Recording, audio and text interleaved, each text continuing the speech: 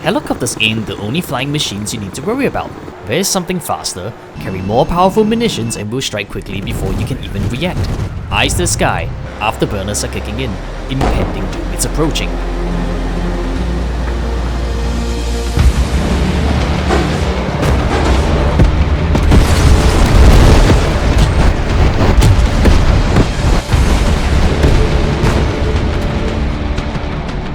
Part 6. Against jets. Or, in other words,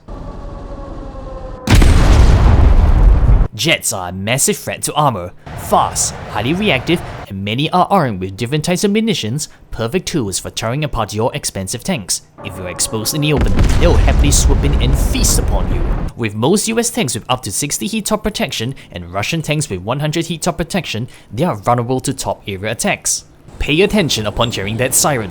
That's a warning that an enemy jet has entered the airspace. With the exception to the AC-130, planes can't spot ground targets by themselves, but don't get comfortable, there will always be a recon unit nearby feeding them vision on your positions. Jets can strafe run onto armor using air-to-ground missiles. For the US, this consists of the Mavericks, which are on the Harriers, the Night Attacks, the Hornets, the Thunderbolts, and the Fighting Falcons. For the Russians, you have the KH-38Ms on the MiG-35s, the Su-34s, the Su-57s, while its KH-25MLs are on the Su-24MP, Su-25Ts, and the Su-25SMs. Lastly, you have the Vickers ATGMs, which are only on the Su-25T.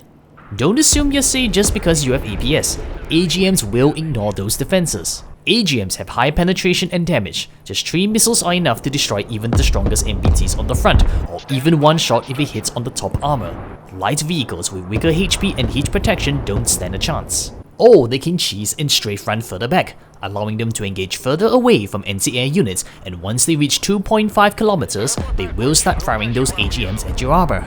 Smoke can block AGM targeting, but remember, once launched, these missiles are fire and forget. If they lose their original lockdown, they will automatically retarget to the nearby units and lock onto it. Special mention to the Su-25T, while the Vickers ATGMs can be intercepted by APS, it launches in huge volumes which easily overwhelm APS and make them excellent against light targets with low HP and armor. Don't forget, jets can strafe run with guns and rocket pods too. For the US, the gun consists of the GAL-12 on the Harriers and the Night Attack, the GAL-8 Avengers on the Thunderbolts, and the Zuni rockets on the Harriers, the Night Attack, and the F-18C Hornet. For the Russians, the gun consists of the GSH-2 30mm cannon, which will be on both Su-25 variants. The S-13 and the S-25 rockets will be on both Su-25s and the Su-33. These powerful cluster cannons with higher penetrations will easily cut through deep into top armor of tanks, either damaging modules easily or right out killing them. Zunis and S-13 rocket pods are powerful rockets with decent blast radius and plenty of volume to saturate the area to hit the sides and rear of armor with low heat penetrations. But the S-25 rockets with 340 penetrations, a large blast radius of 98 and high damage, these powerful rockets will easily punch through armor like a knife through butter. Just because you smoke doesn't mean you're safe. If you can predict the direction of the strafe run, move out of the way. If not, well, pray. Jets just don't bring missiles and cannons. Bombs are a major threat too. This consists of 3-4 bombs being dropped high from the skies, smart bombs able to be laser guided, and high drag bombs that let you fly low in order to release them at a low altitude. For the US, their 3 bombs consist of the Mk-84s, which will be on the Lanciers, the Strike Eagles, the Stratofortress, the Fighting Falcons, and the B-2 Spirits, while the B-61 nuke will be on the Lanciers and the B-2 Spirit. For the smart bombs, they consist of the Stormbreakers, which will be on your F-35Bs, F-15EX, F-16Vs, on the Nighthawks, the Raptors, and the F-35A. GBU-54s will be on the Harriers, F-35Bs, Thunderbolts, Strike Eagles, F-16Vs, and the F-35A. GBU-55s will be on the Harriers, the F-18D Hornets, F-35Bs, the Nighthawks, the F-22 Raptor. GBU-56 will be on the Thunderbolts, Strike Eagles, F-15EX, F-16Vs, Stratofortress, B-2 Spirits, the Nighthawks, and the F-35A, and lastly the GBU-57, which will only be on the B-2 Spirits. For the Russians, your free-fall bombs consist of the FAB-1500, which will be on the Tu-160, Su-24M2s, Tu-142s, Tu-22M3s. FAB 3000, which will be on the Su-34s, Tu-142s, Tu-22 M3s, and the FAB 9000, which will only be on the Tu-160.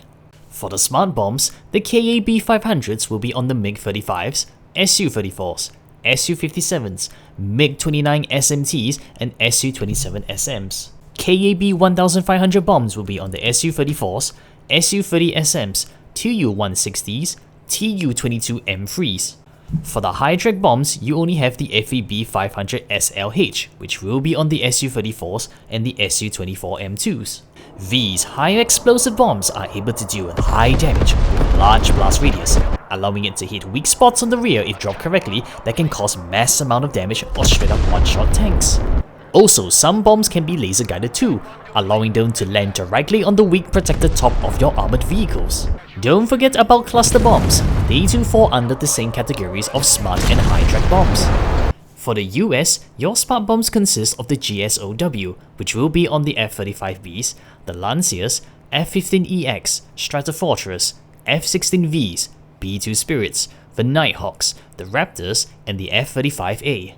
For the high drag bombs, it will be on the CBU-78, which will be on the Night Attack, the F-18D Hornets, and the F-16 Fighting Falcons. The CBU-87s will be on the A-10 Thunderbolts, the Lanciers, and the Strike Eagles. For the Russians, your smart bomb consists of the PPK-500U, which will only be on the MiG-35s and the Su-57s. For the high drag bombs, it will be the RPK-250s on the Su-24 M2s, the Yak-38 M3s, the Tu-22 M3s.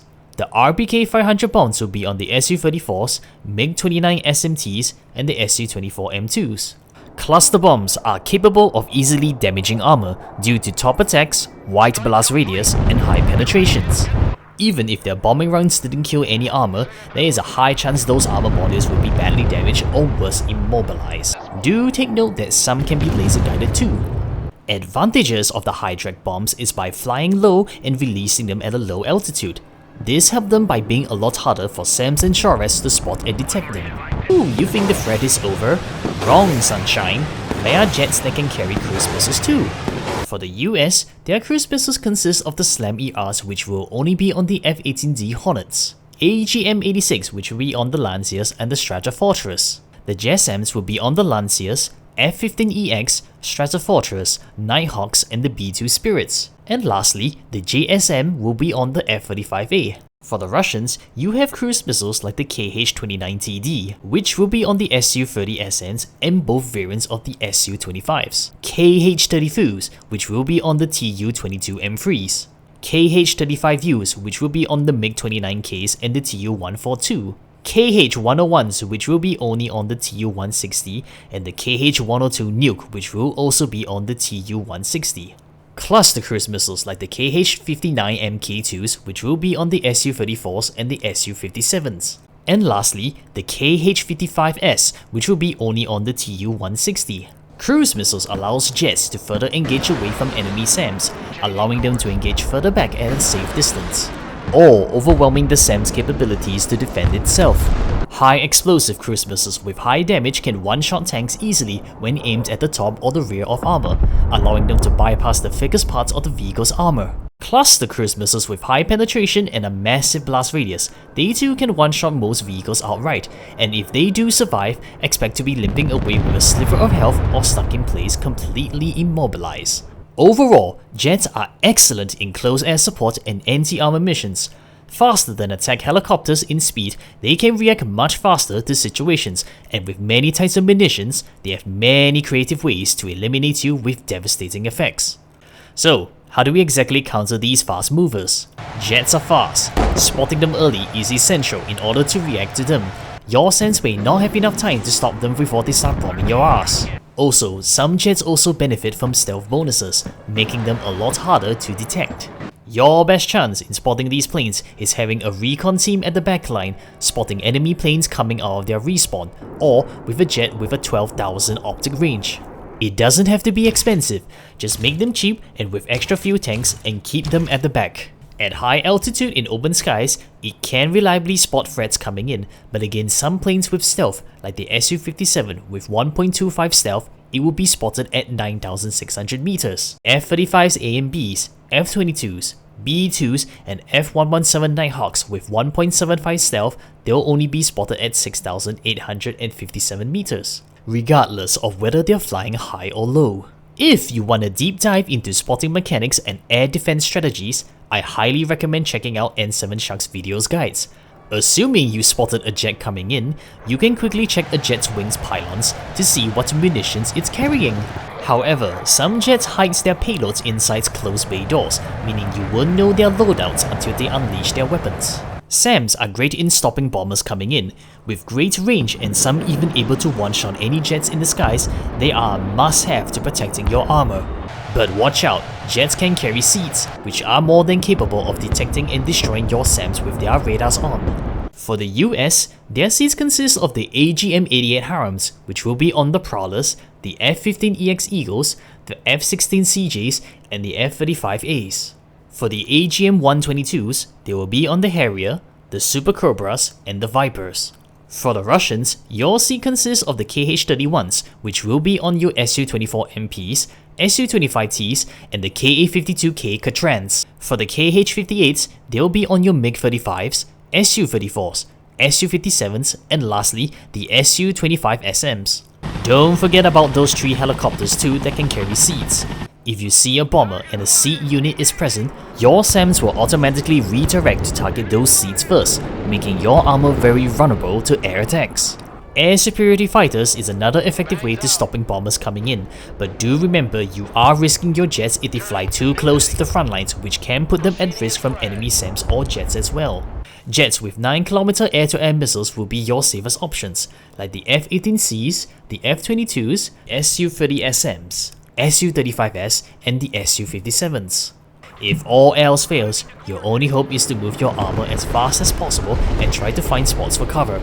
Don't bunch up your armor, spread them all out so even if a bomber is successful in its run, it won't take out the entire wolf pack. Watch out if your armor is off-road in the fields, which will slow down their movement, making it harder to dodge.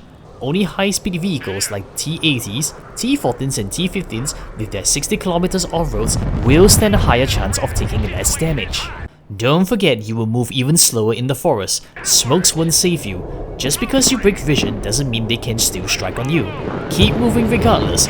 Lastly, if your armor is doing nothing at the front lines, put it back and hide it where it won't get spotted. Do not expose your shiniest toys in the open, because there will be times you won't be able to react on time to move your armor before it gets bombed, thanks to a sneaky recon spotting them. This is the conclusion to my Threats to Armor series. I hope this will cover enough information to using your armor, since this game is more focused on vehicle combat.